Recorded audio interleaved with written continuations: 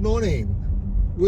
Angus and I are just about to drive into Liffey, where is a little nursery called Habitat, and this is the part of the world where you can see the rugged mountains, the Western Tiers, situated up behind the nursery. Okay, we're coming now into the entrance of the nursery, and we've got to go down through this gully, through the trees, up into the car park area.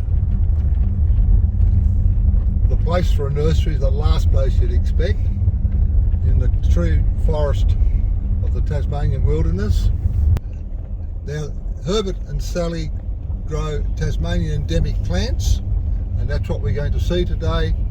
And they do a lot of revegetation working, and for interested people wanting to grow Australian natives or Tasmanian natives specifically.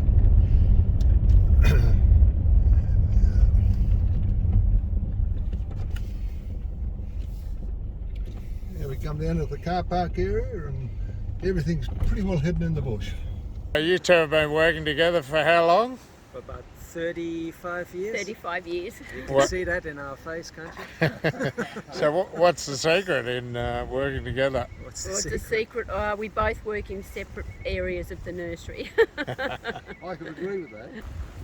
Well, this is the entrance of Habitat.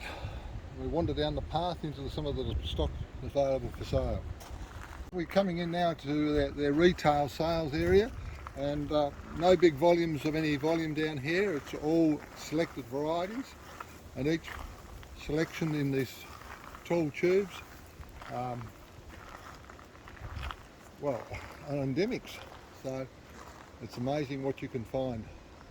Shoplifting deterrent, is it, Sally? Yeah, it is. I say to people, oh look, if you want a grass, do you want me to get it? Each plant's got its own particular label, very well set out.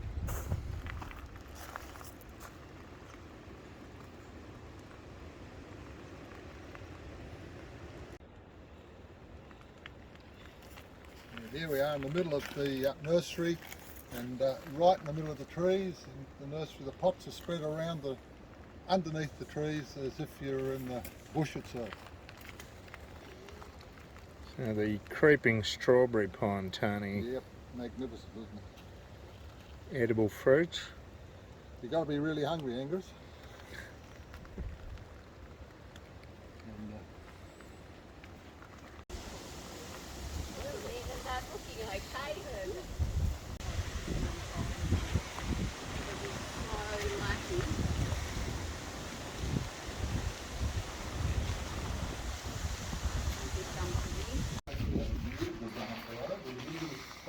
we're coming into Liffey for the shower coming through.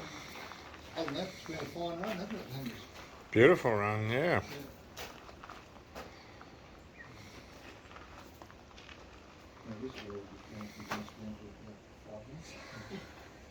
So, what do we have here, Sally? We have this year's stock. This year's stock, and the benching is... The benching's for, well, one for OH&S purposes, to keep our backs in good health, and also for the wildlife, so the wallabies can't eat our stock. and I'm sure there's a couple of wallabies here, more than most nurseries, I would imagine. Definitely.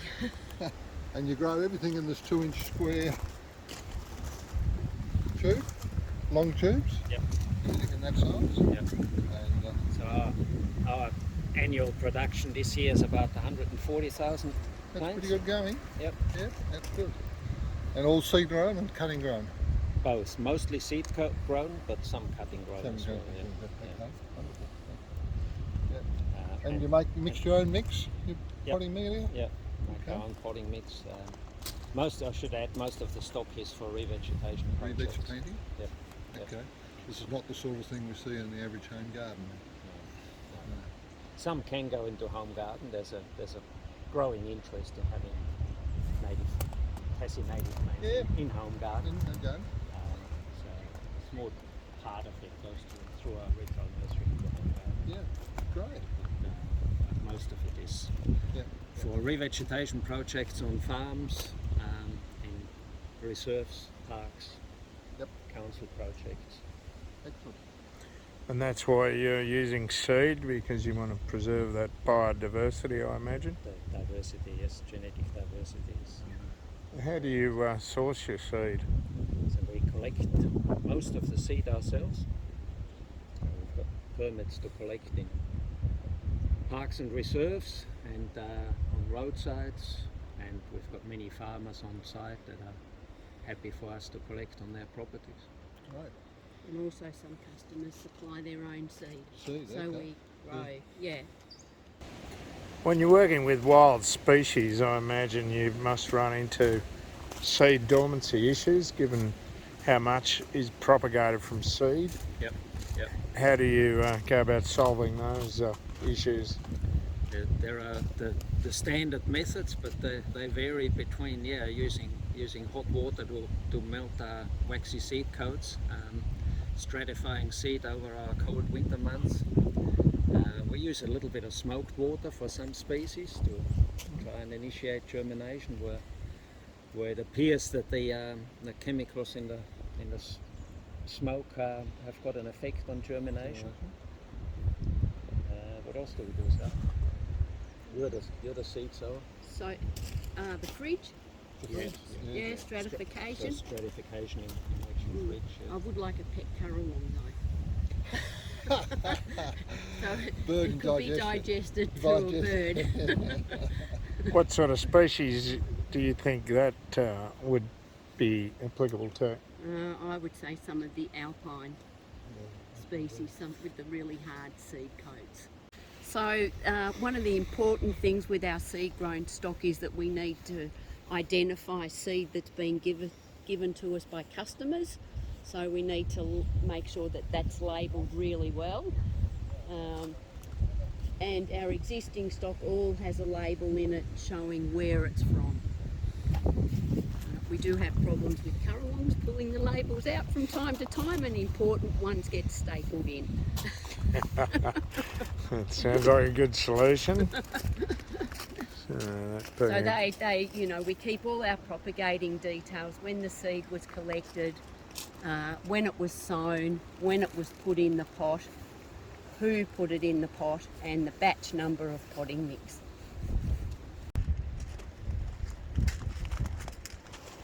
The hymenantha is an interesting one. We do have a lot of customers say to us, oh, they don't look well. That's how they're supposed to Yeah, look, that's it. Yeah, getting quite a diverse range of species. So this is one level, then we've got another 3 levels. Our nursery's on a slope, so it's not really ideal for a nursery, but we use the buffers. We plant vegetation for the birds, the lizards, the frogs, the snakes. We use them as insect control, and so our buffer screens are really important for maintaining biodiversity. It has created these embankments which we manage for a bird habitat in particular, which do a lot of work in our integrated pest management system. Fantastic.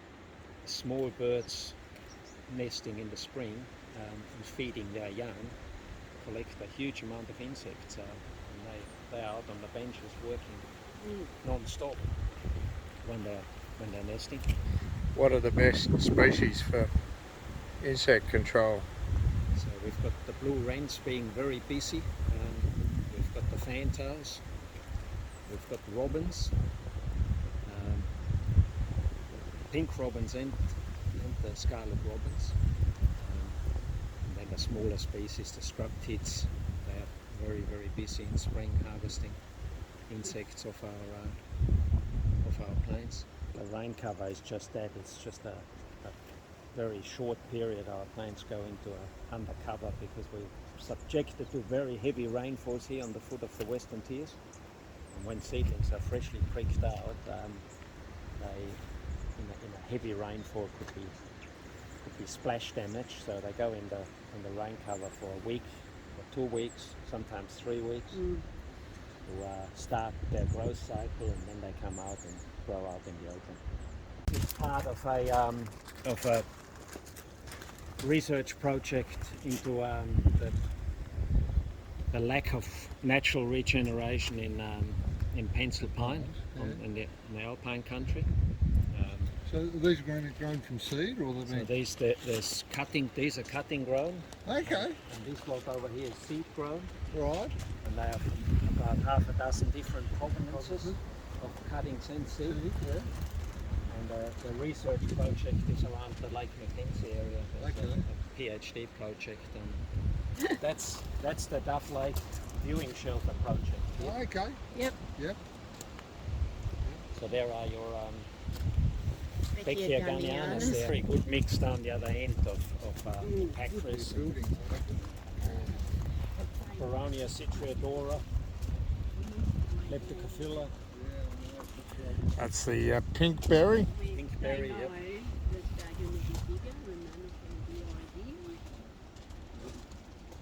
Lemon scented Baronia. Buttongrass is a very slow growing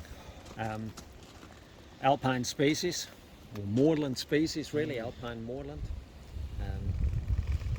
That's one that seems to respond well to smoked water. We do the full thing here. We buy our raw materials in the form of pine bark and quartz sand, and we do some composting ourselves, and then we make our own potting mix in a homemade old concrete mixer that has been converted to a potting mix machine with a single phase 2 horsepower motor. Manages to do 2 cubic meters in a run, and an old vegetable conveyor that puts the mix into our bins, which empty straight onto the potting bench. We use about 4 different mixes, so all the species that we're growing pretty well fit into 4 mixes. What we call a standard mix, a low phosphorus mix,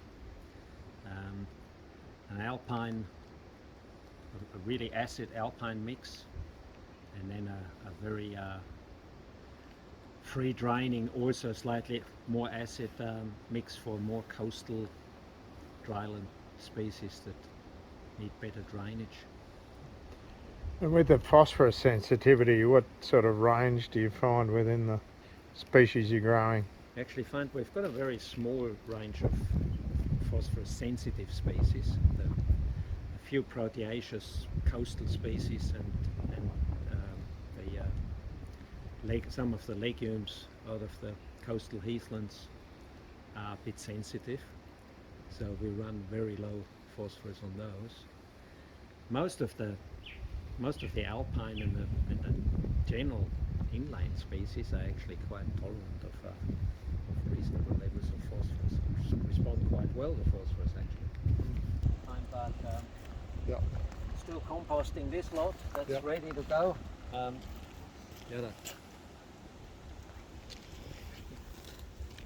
Look in there. What do you got there, Tony? A couple of leeches. You told me there was none here. This is hardwood sawdust and pine bark mix composted, which comes out really, really nice. That looks pretty good actually. Have a look at that. It's actually got worms in it too. I should have That's fantastic.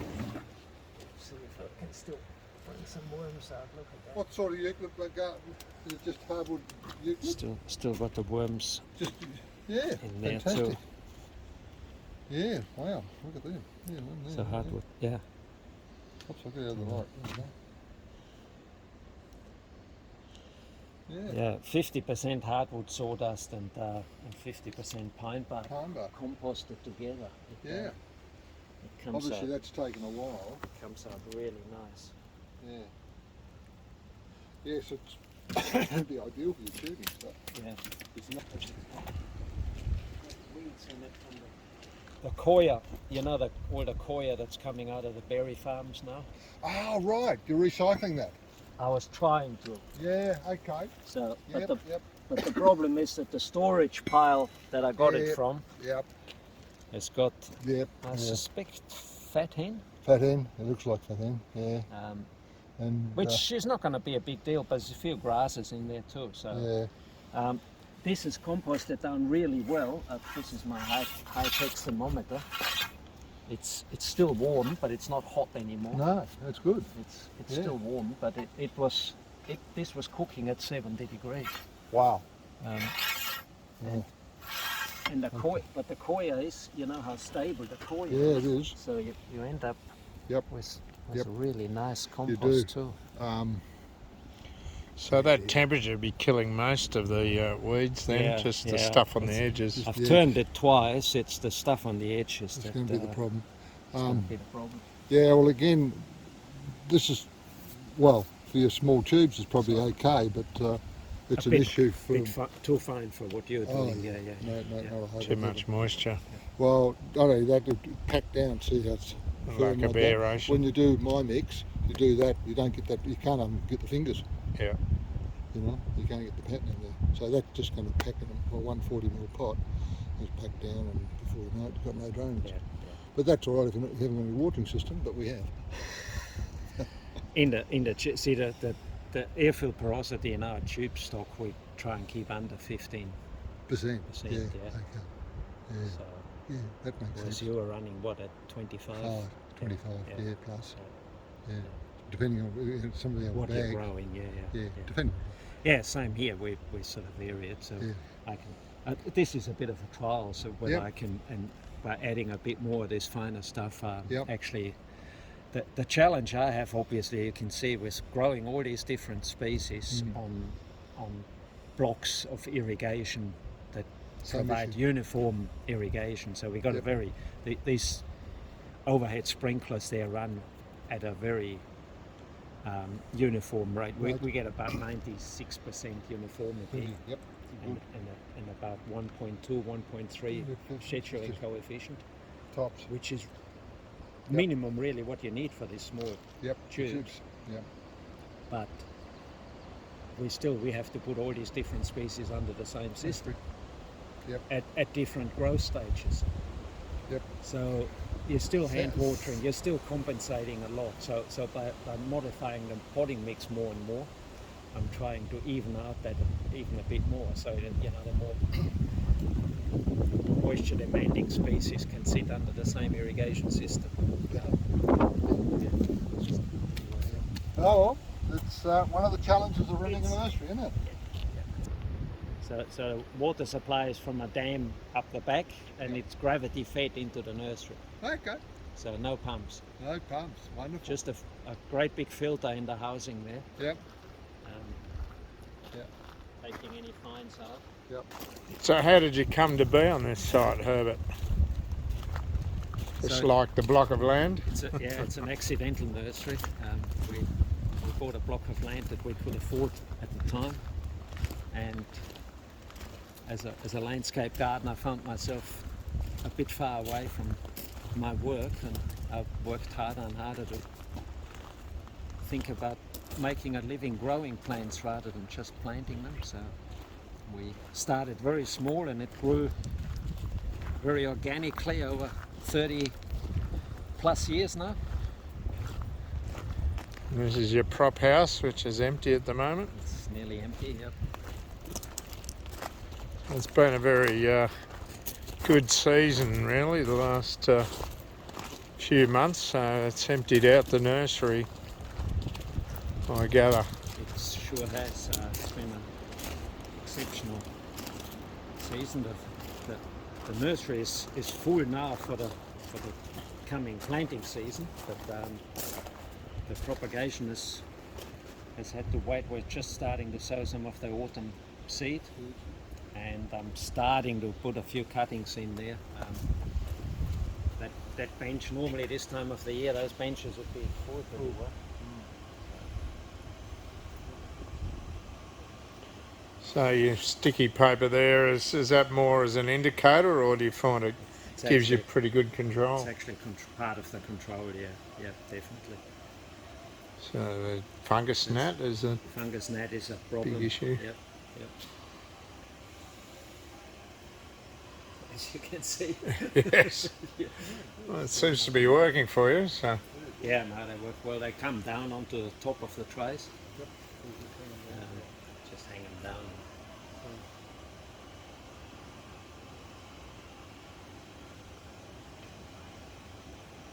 Leaf balance to give us the mist. So, electric blanket underneath. Electric blanket. Yep.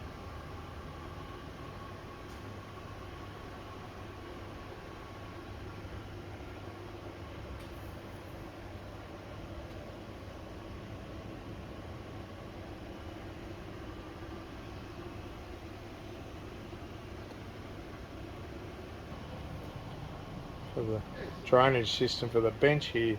Yeah, it's a good bench.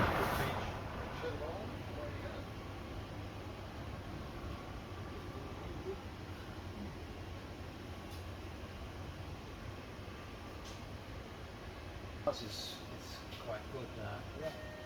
Double skimp, and it's got a rich vent that is controlled, automatically controlled there. If you've got certain species are really prone to fungus gnat attack, so as soon as you notice them in the trays, you sit them on this trolley and bring them out here. The little birds will start harvesting them off the bushes. I see. At the right time of the year, you'd have a couple of people over there potting up, Yep. or pricking up, we should Pricking say, up. rather than potting up. Pricking up. Provenance seed Come on, see. from Yeah. someone.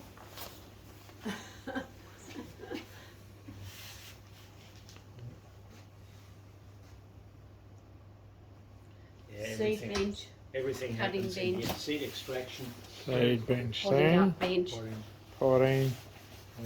Cuttings. cuttings. The conveyor puts it in either, so I've got two bins there, so I can run two different mixes. Each batch is recorded on the sheet.